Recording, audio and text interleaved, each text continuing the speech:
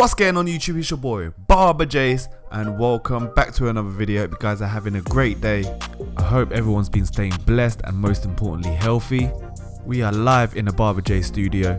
I got my boy Shane in chair. We're gonna bless him up, and I got the director, the next Steven Spielberg, man like Derek DXE Films. Let's jump into the haircut now. I've got my wall legends. Make sure you clean them, disinfect them before you use them between every client. And I got a number 3 where I'm going to remove some bulk. Normally my client Shane takes it quite short on the top. He usually does a number 2 on the top with a skin fade, but we decided to switch it up a little bit. We're going to keep it a little bit longer on top, keep that darkness, more like a crop with a skin fade. But yeah, using this number 3, just floating straight up, keeping that nice square shape. Now I've got a nice clean canvas to work on.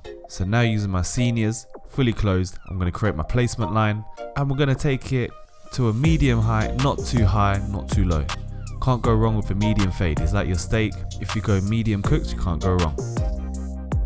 Because the top is a little bit shorter, I'm taking the back of my placement line slightly higher, and I'm not going to drop it too much at the back, just a little bit. Big up to everyone watching right now. Thank you for supporting my channel. I know I just hit 20k subscribers, which is crazy. It's been about a year since I started my YouTube channel and I wouldn't have done it without you guys, so thank you so much. Chopstick gang for life. So after that placement line was done with the clippers all the way closed, I'm going to use my trimmers, my Skeleton GTX trimmers, and I'm going to take it just below the line. I want to bold it out as high as possible, but also I want to leave that line softer so it's easier for me to fade later on.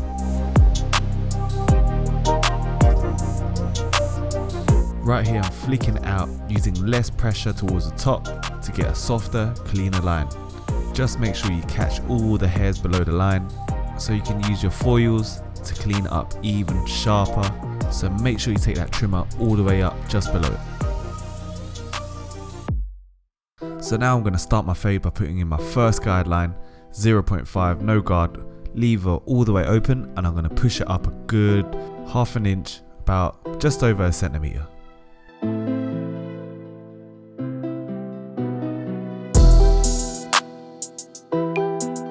With this step, you want to fully engage your clipper. You don't really have to flick it out. You're keeping your blade flat on the head because you want that guideline to be a true 0.5. When you start flicking it out, that's what you're going to be using to blend. But right now, we're just putting in a nice clean guideline. The cleaner it is, the easier it is to see your work. Now doing the same technique, using a 1 all the way open, I'm going to push it up again about half an inch, about just over a centimeter, doing the same technique. You don't want to spend too long on your guidelines.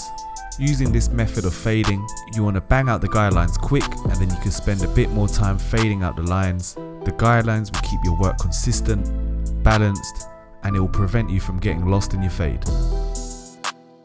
Now using a 2 open above the 1 open, which should blend straight into your number 3, which you use at the beginning.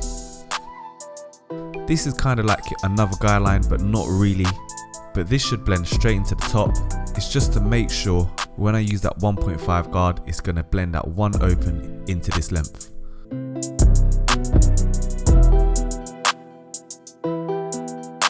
So now that the guidelines are in, I'm going to start my fade.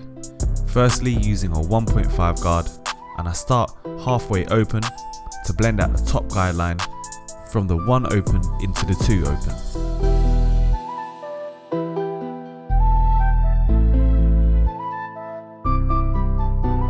So now I'm just going back in with my 1 guard, and I might close it a little bit to soften that line. And also I use this to blend out that top line. Sometimes you need to go over your work, where I use the 1.5 guard. This step won't remove any lines. My 0.5 guard is going to remove that second line. This one is just to refine and to soften that line a little bit more. Make sure you like, comment and subscribe on this video, and comment down below. Let me know what you guys think, and any questions if you want, hit me up down below. So now using that 0.5 guard to blend out that second line, I usually start with this guard halfway open, and I open it and close it if I need to. After finishing this step, you should see 1 remaining line right at the bottom.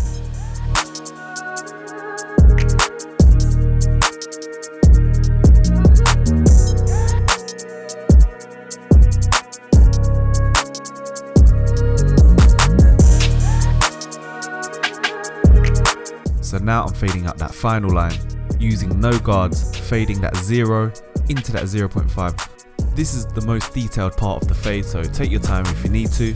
I usually start with my clipper all the way closed and I slowly open it, and it should just blend straight into the length, into that 0.5. When I'm on this step, make sure you step back, use your mirror, check your work, and if you need to, you can even go back to your previous guard if you think you've created a line. Sometimes it will happen. If there's a problem, fix it. If you leave it, it's gonna get worse.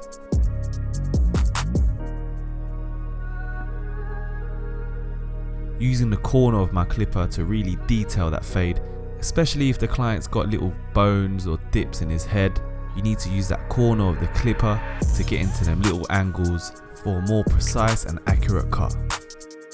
At the back of the head, the hair is usually more dense and the head shape is going to be round. So for me, it takes me a little bit longer to fade out the back than the sides. Take your time and make sure this part of the fade is done correctly.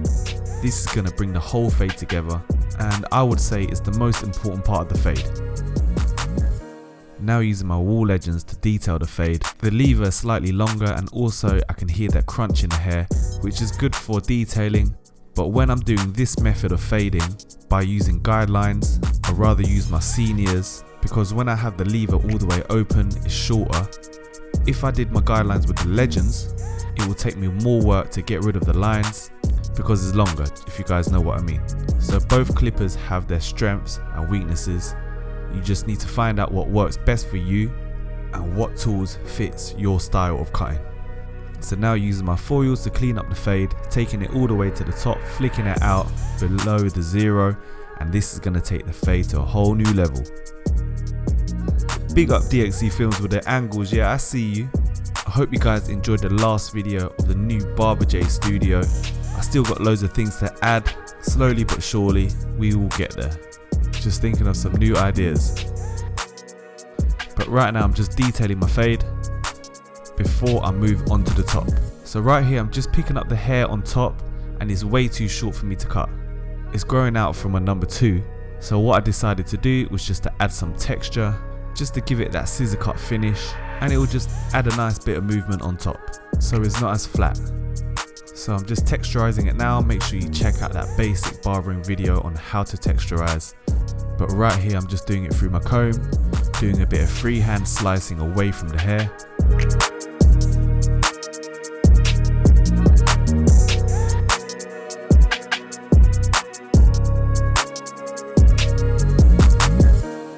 And finishing off with a little bit of scissor over comb, just to round off the corners a little bit around the back, and to give it that nice smooth transition from the fade to the length on top.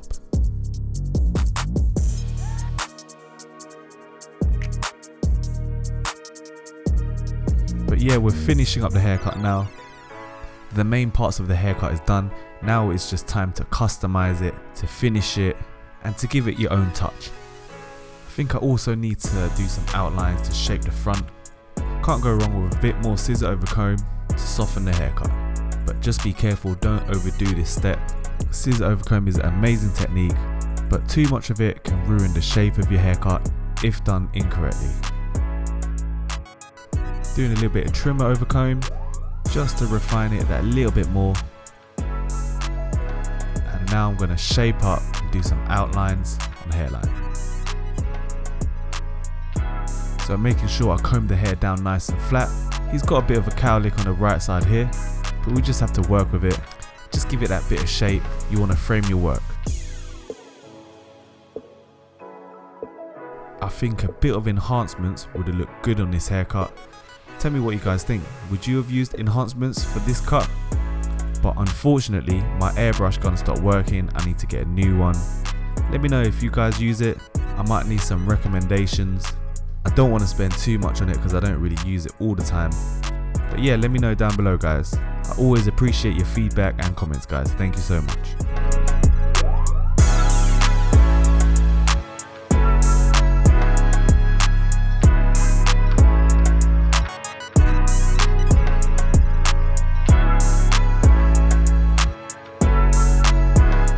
Moving on to the razor work.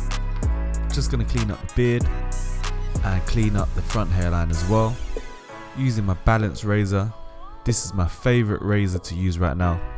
You can purchase one, link in description, 20% off using my discount code chopsticks20. And as you can see, it just makes the haircut look a lot sharper. And now I'm just going to show you a few clips of me refining the fade a little bit more.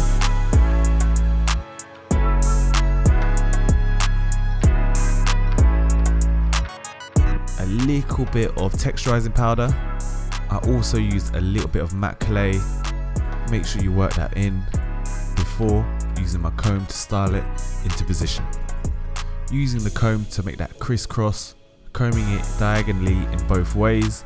I think that gives it a cool finish. But that is the haircut done, guys. What do you guys think? Let me know down below in the comment section. Hit me up with any questions you guys want to ask me. And that is the before, guys. We decided to switch up the haircut for my boy Shane. And boom, that is the final product. Hope you guys enjoyed this video. Stay fresh, stay faded, stay blessed. It's your boy Barber Jase. Peace.